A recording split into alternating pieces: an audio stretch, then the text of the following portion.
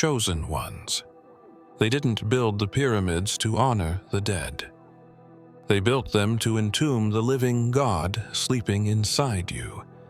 For centuries, they spun the same lie, that these monolithic structures were tombs, constructed by humble kings seeking eternity. But what if eternity wasn't meant for them at all? What if eternity was trying to break free, locked beneath miles of stone? What if they buried you beneath geometry so precise it bent time, sound, and frequency to keep your soul asleep? They say the ancient architects were guided by gods. They were, but not to glorify them. They were instructed to build a cage. Each limestone block wasn't just heavy, it was encoded. Each chamber, from the Queen's room to the Grand Gallery, served as part of a divine machine calibrated to your frequency. Their goal wasn't to preserve your body, it was to suppress your awakening. They feared what would happen if your consciousness ever broke the resonance trap woven into the Great Pyramid itself. The priests knew, the bloodlines knew, and Thoth, the Atlantean scribe, recorded it in symbols that only the awakened could read. Not to keep you out, but so you'd remember when the time came. And that time is now. Because something shifted. Your dreams started to change. You began to feel energy pulsing beneath your feet, like the desert itself was calling your name. You thought you were crazy, but you weren't. You were remembering. The ancients planned for every possibility, except this. Your soul slipped past the seals. You vibrated past the design. And now, for the first time in 6,000 years, the geometric tomb is failing. Your existence wasn't an accident. It was a delay, a divine pause, a spiritual exile waiting for the frequency of the final age. And now, every system built to contain you is starting to crack. They built the pyramids to keep your light hidden beneath stone. But stone remembers, and so do you. The question isn't why they feared your return. Long before the historians wrote their myths and the rulers etched their names in stone, there was a moment in the ancient past when something changed the entire frequency of Earth. Not a war, not a flood, but a being. You. Your arrival was not heralded with trumpets or chariots. It was quiet, subtle, and yet it shattered the stability of an entire civilization. The old kingdom fell, but no one could agree on how. The Nile dried, the gods went silent, and kings who thought they were eternal vanished. Behind every crumbled statue and every forgotten dynasty was a hidden terror, that you had returned too soon. They didn't speak your name aloud, but they recorded it in fragments. The records of high priests, always shrouded in metaphor, described a force that reversed time, a flame that could not be extinguished, a light too ancient to worship. They weren't describing a god they revered. They were describing you. Something about your soul destabilized their rituals. Their initiations no longer worked. The sacred geometry lost its grip on the ley lines. You were never meant to be part of their equation. You were the anomaly that corrupted it all. When you arrived, the desert whispered. The pyramids began to hum. And deep beneath Giza, the sealed vaults trembled.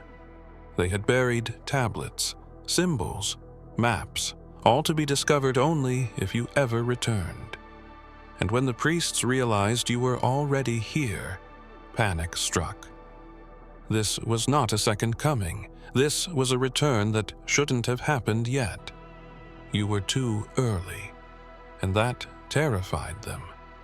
But the collapse wasn't just political or environmental.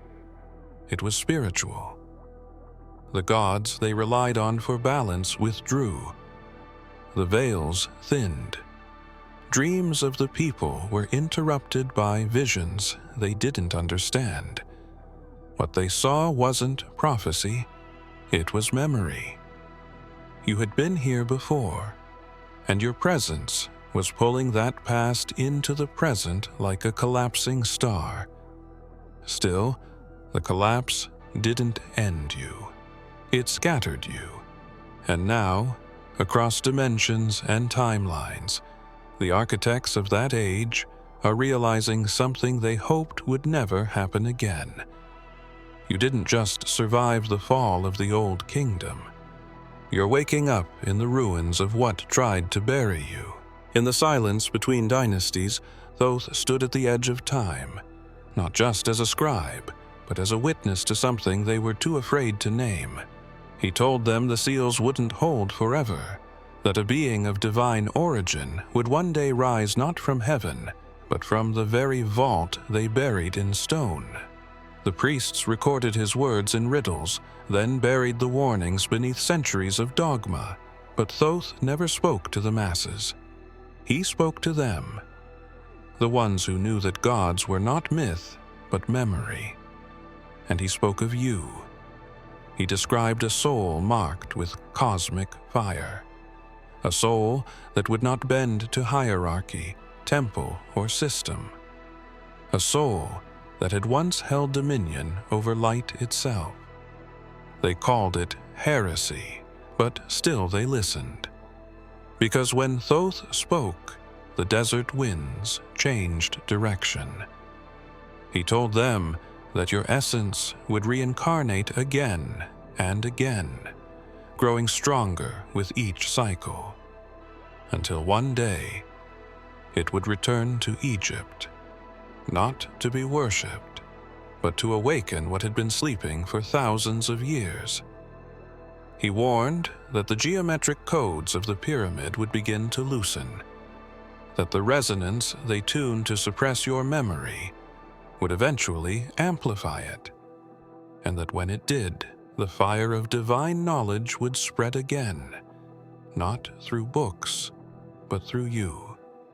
The priests, desperate to delay the prophecy, added layers of illusion. They created lesser gods, constructed rituals with no power, taught humanity to fear what they once knew.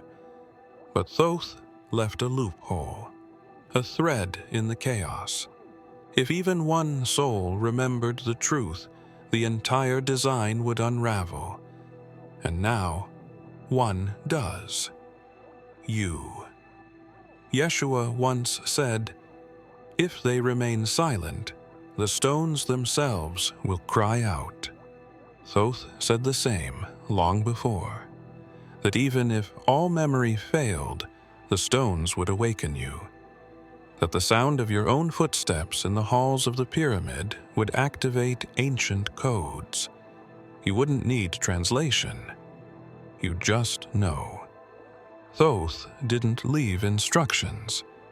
He left echoes, because the one who was meant to return wouldn't need a map. The Great Pyramid wasn't designed for worship. It was designed for resonance. Each stone placed with unnatural precision, acts as a tuning fork locked to a cosmic scale. But this wasn't for energy harvesting or astral ascension.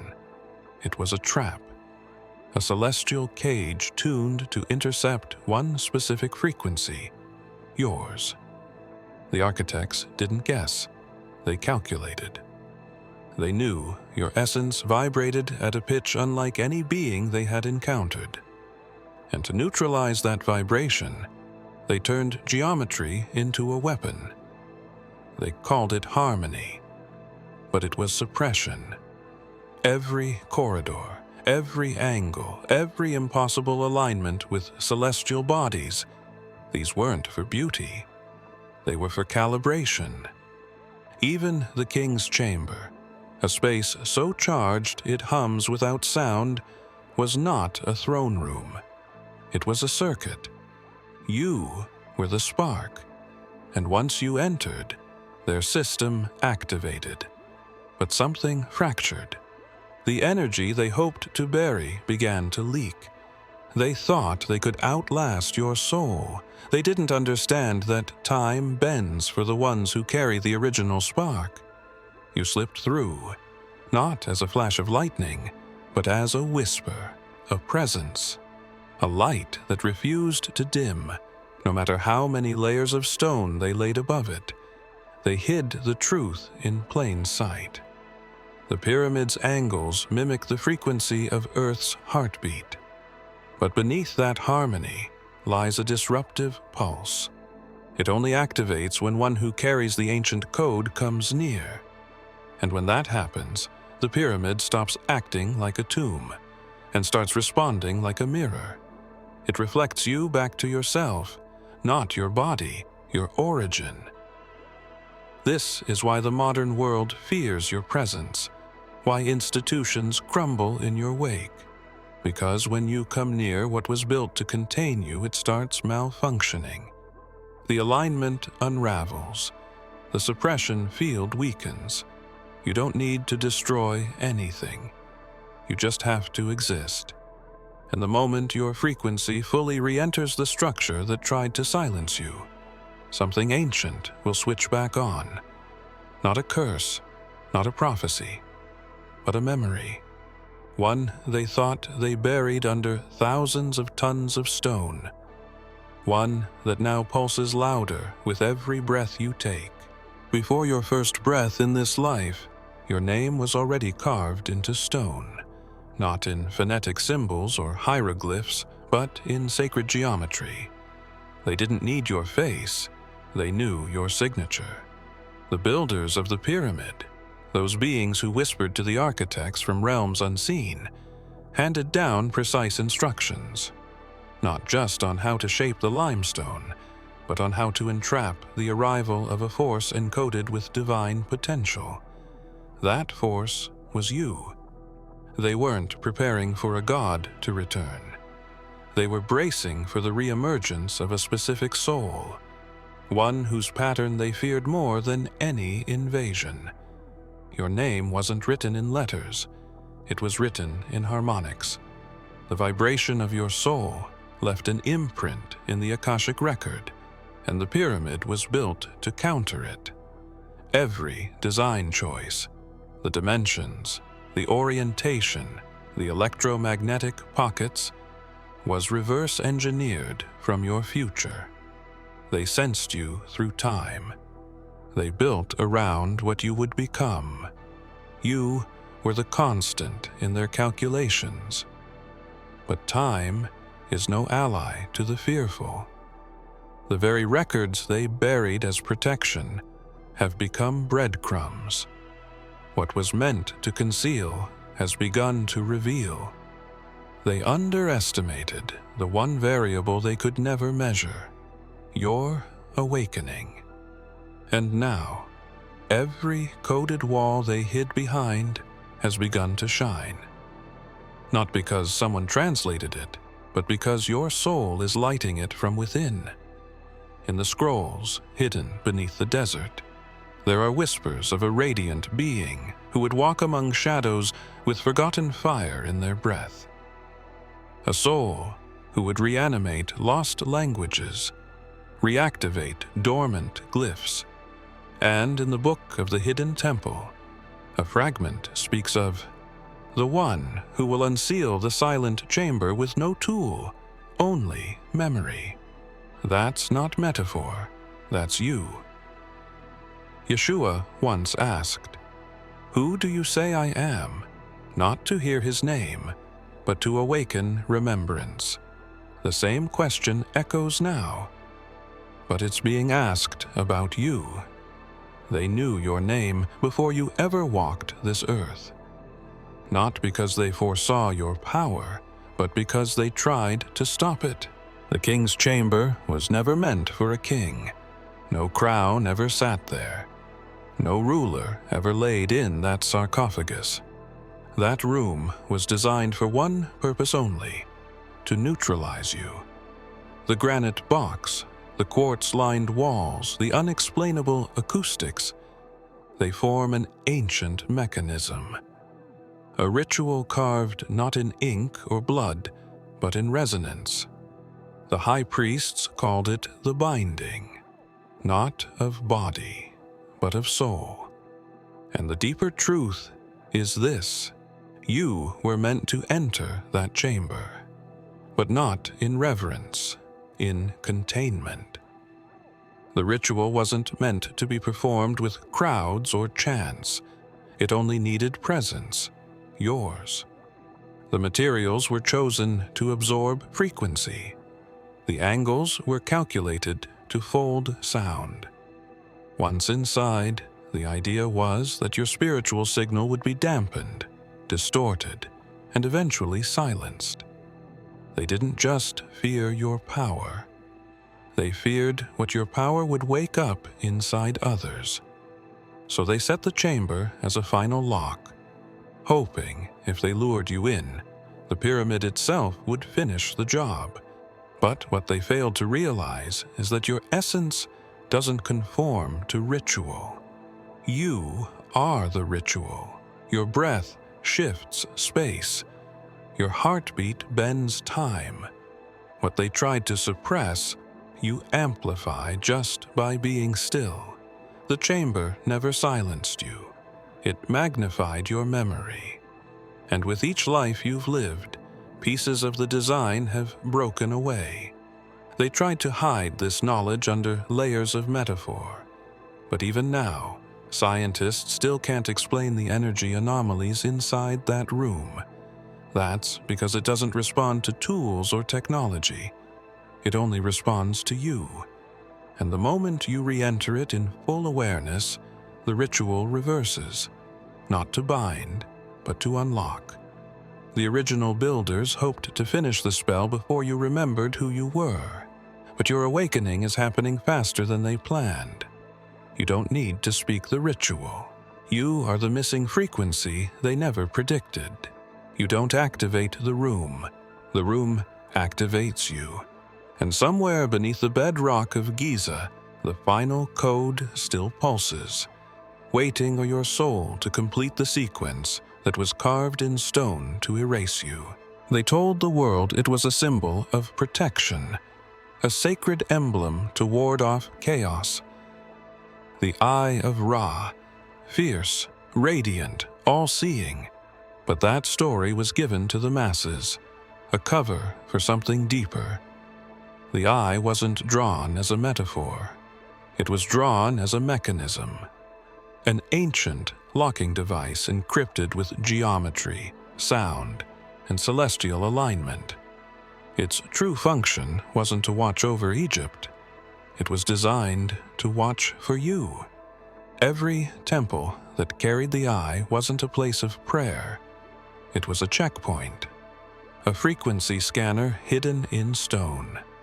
They etched it into every corner of the Nile Valley because they feared your return wouldn't come from above, but from within. You were not to be welcomed. You were to be detected, identified, and intercepted. The eye was tuned to your energy signature, a blend of soul, light, and memory, so rare it only occurs once every cosmic cycle. The moment your frequency entered the field again, the old watchers hoped it would trigger the dormant locks. The eye was built to suppress light. Not any light, your light. They called it order. They called it protection. But in truth, they called it containment. And yet, even in its precision, something broke through. The very symbol meant to bind you became your key. Because it's not just an eye, it's a map. The spiral, the markings, the encoded mathematics, all of it points back to one forgotten reality. The eye wasn't meant to control the divine. It was meant to hide it. And when you looked into that symbol with awareness, it stopped functioning as a trap and began responding as a mirror. Yeshua once said, "The eye is the lamp of the body. If your eye is clear, your whole body will be full of light." They feared that clarity, because if you ever saw through their illusion, the entire grid would fall apart. And now you see, not with your physical eyes, but with the vision buried in your being, the knowing that the eye of Ra was never theirs. It was yours. They speak of Atlantis as a myth, a fable of pride and ruin, but the truth was far more precise. Atlantis didn't vanish. It was dismantled, piece by piece, not by water, but by decision. The high councils saw a threat emerging not from outside, but within their own lineage. You. A being whose energy couldn't be explained by the Atlantean codes. You weren't a student of their teachings. You were a remnant from something even older, something they couldn't control. When the Atlantean grid began to destabilize, they saw what was happening: a transference. Power wasn't being lost. It was being rerouted into a vessel, into a soul that had slipped past their systems. That soul was you. They tried to stop it, to fracture the convergence, but it was too late. The knowledge, the frequency, the ancient archives of sound, geometry, and light, all of it began flowing toward you like a river diverted by fate. What remained of Atlantis wasn't just ruins. It became the seed of Egypt. The survivors, the builders, the priests. They fled with what they could salvage, but they didn't leave empty-handed. They brought the prophecy, the coordinates, the warning, that a being encoded with the full spectrum of pre-fall energy would rise in the future, and the only way to contain that being was to build a resonance cage strong enough to suppress what Atlantis could not. So they built pyramids, not to mimic Atlantis, but to trap what escaped it. They knew you would re-emerge. They didn't know when, but the moment your soul took form again, the memories would begin leaking. And when that happened, so would the systems. That's why you feel energy differently. That's why ancient knowledge comes to you as if remembered, not learned. You don't study the fall. You are what survived it. The ruins weren't left behind as a warning. They were left behind to be read. Your presence reactivates those sites. You are the unspoken variable, the one they couldn't calculate. Because Atlantis didn't end. It chose a vessel, and now that vessel walks again, carrying within it the one truth they hoped would stay buried beneath sand and sea. In the desert scrolls forbidden to the public, there's a fragmented verse etched by trembling hands. The Nazarene walked where only gods were permitted, and the seal trembled at his voice. This wasn't metaphor. This was memory. Yeshua didn't just defy the religious order. He disrupted a spiritual mechanism that had remained dormant for millennia, a mechanism built to keep you sealed. He didn't come to start a religion. He came to awaken a code buried in the structure of the earth itself. He entered temples long abandoned. He spoke words not written in any language, but words your soul remembers. When he walked near the ancient sites, the inner chambers, the forgotten altars, the secret underground halls, something responded. The frequency shifted. The seal that bound your essence began to fracture. The high priests of that era didn't fear his sermons. They feared what his presence was activating. They recognized him not as a rebel, but as a key. He wasn't the only one who came, but he was the one who understood that you weren't asleep by accident. You were placed in stasis, buried beneath memory and stone, wrapped in symbols designed to obscure your path. He didn't try to awaken the world. He only needed to awaken you. And he left signs, hidden in parables, encoded in teachings, veiled in metaphor. He said, "You will do greater things than these." But he was speaking to you. He knew.